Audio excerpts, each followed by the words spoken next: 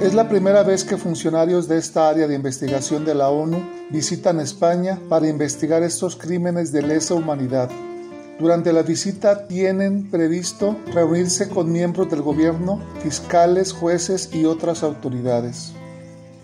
Hay muchos ceros a la derecha en las cifras del balance de estos años, desde 1936 al 1977.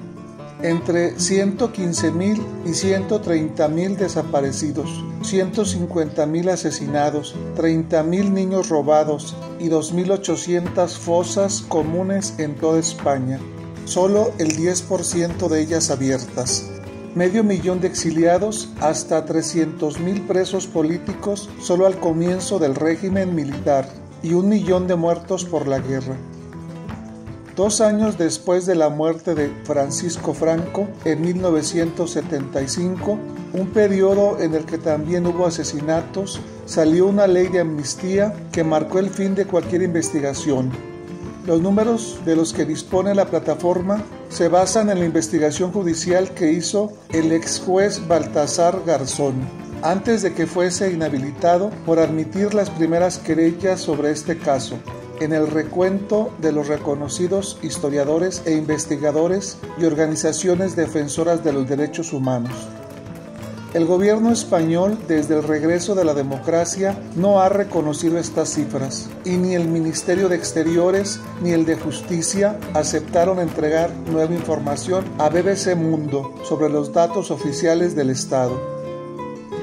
En las estimaciones de la plataforma, la gran mayoría de las desapariciones ocurrieron entre 1936 y 1950. Amnistía Internacional estima que, incluso hasta 1951, ocurrieron más de 114.000. La falta de investigación de estos crímenes es una gran deuda de la sociedad española. Ariel Dulitsky va a presidir desde el 1 de octubre el Grupo de Trabajo de Naciones Unidas y es uno de los 5 miembros de esta comisión que viajará por Madrid, Barcelona, Vitoria y Sevilla hasta el 30 de septiembre por invitación del gobierno y solicitud de las asociaciones de familiares. La idea es servir de asistencia técnica y compartir experiencias que puedan servir a España, y la expectativa es recibir la mayor cantidad de información para dar visibilidad al tema de las desapariciones forzadas, explica BBC Mundo. Luego de la visita producirán un informe con conclusiones y recomendaciones que presentarán al Congreso de Derechos Humanos de la ONU en Ginebra. A Dulitsky no le está permitido hablar antes o durante la visita sobre la materia concreta de estas reuniones, pero sí le comenta a BBC Mundo que el derecho irrenunciable a saber qué pasó con los desaparecidos no prescribe, porque la desaparición forzada es un crimen continuado hasta que se establece el paradero.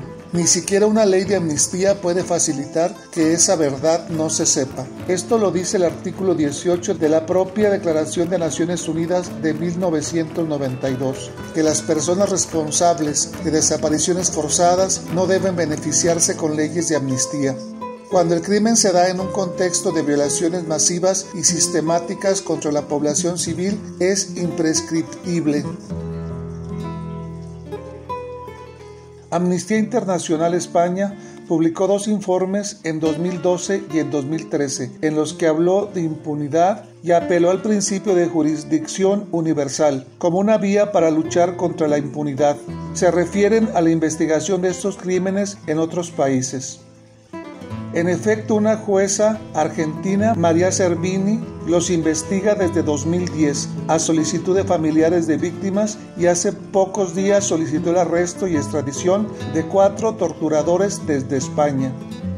La dictadura franquista duró demasiados años, prácticamente no hay precedente. La ley de amnistía permitió que las estructuras del régimen franquista siguieran presentes, y gente que tenía poder entonces sigue teniéndolo, económico y en algunos casos políticos. Comienza por decir, y el miedo a que hubiera de nuevo una guerra, un miedo tan feroz inculcado entre la gente que ha durado generaciones. Mucha gente renunció a su propia historia para poder sobrevivir, agrega. Esteban Beltrán, director de Amnistía Internacional España, dice que el silencio ha sido unánime en los tres poderes del Estado.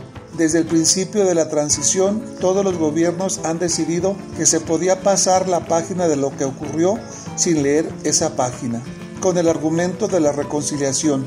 Pero tú logras reconciliación solo si logras verdad, justicia y reparación. El olvido es imposible. España tiene la obligación de investigar, detalla. Según Beltrán, esta impunidad hace de España un caso excepcional en el mundo ahora. No hay nadie que haya pasado por un juzgado para ser investigado. Ni una sola víctima ha ido a un juez en España y ha obtenido amparo. Argentina es hoy la única causa abierta por esto en el mundo. La Ley de Memoria Histórica puesta en vigencia durante el gobierno anterior de José Luis Rodríguez Zapatero no promueve acciones penales ni reconoce derechos, pero permitió la proliferación de las asociaciones por la memoria y la asistencia a las víctimas. No obstante, la plataforma afirma que el gobierno de Mariano Rajoy ha cerrado la oficina de ayuda a víctimas y ha retirado las ayudas para abrir fosas comunes y ha renunciado a abrirlas. El 30 de agosto pasado, el gobierno español hizo una declaración por el Día Internacional de las Víctimas de Desapariciones Forzadas. España fue uno de los primeros países europeos en ratificar la Convención Internacional para la Protección de todas las personas contra las desapariciones forzadas, asumiendo los derechos y obligaciones que este instrumento internacional establece. La promoción y el respeto de los derechos humanos, así como la lucha por erradicar toda violación de los mismos y, muy específicamente, las desapariciones forzadas, constituye una absoluta prioridad del gobierno de España, añade la declaración. BBC Mundo pidió información a los Ministerios de Asuntos Exteriores, Justicia y de la Presidencia sobre la visita del Grupo de Trabajo de la ONU y sobre los avances en este tema. Solo respondieron fuentes de justicia en términos genéricos. Entre los entrevistados por BBC Mundo hay esperanza en la jueza argentina y en la visita de la ONU, porque eso puede llamar la atención de la comunidad internacional y ayudar a destrabar el proceso, coinciden. En la experiencia de Dublinski con otros países del mundo, que la impunidad termine depende, sobre todo, del esfuerzo sostenido de las asociaciones de familiares, pero al final del día es una cuestión de voluntad política y compromiso de los gobiernos. Se arreglaría todo con que el gobierno dijera que tienen razón las víctimas y tienen derecho a enterrar a sus muertos dignamente, concluye Gordón. De lo contrario, agrega Beltrán, ¿quién va a poder creer a España cuando hable de derechos humanos y desapariciones forzadas si no ha hecho los deberes en casa?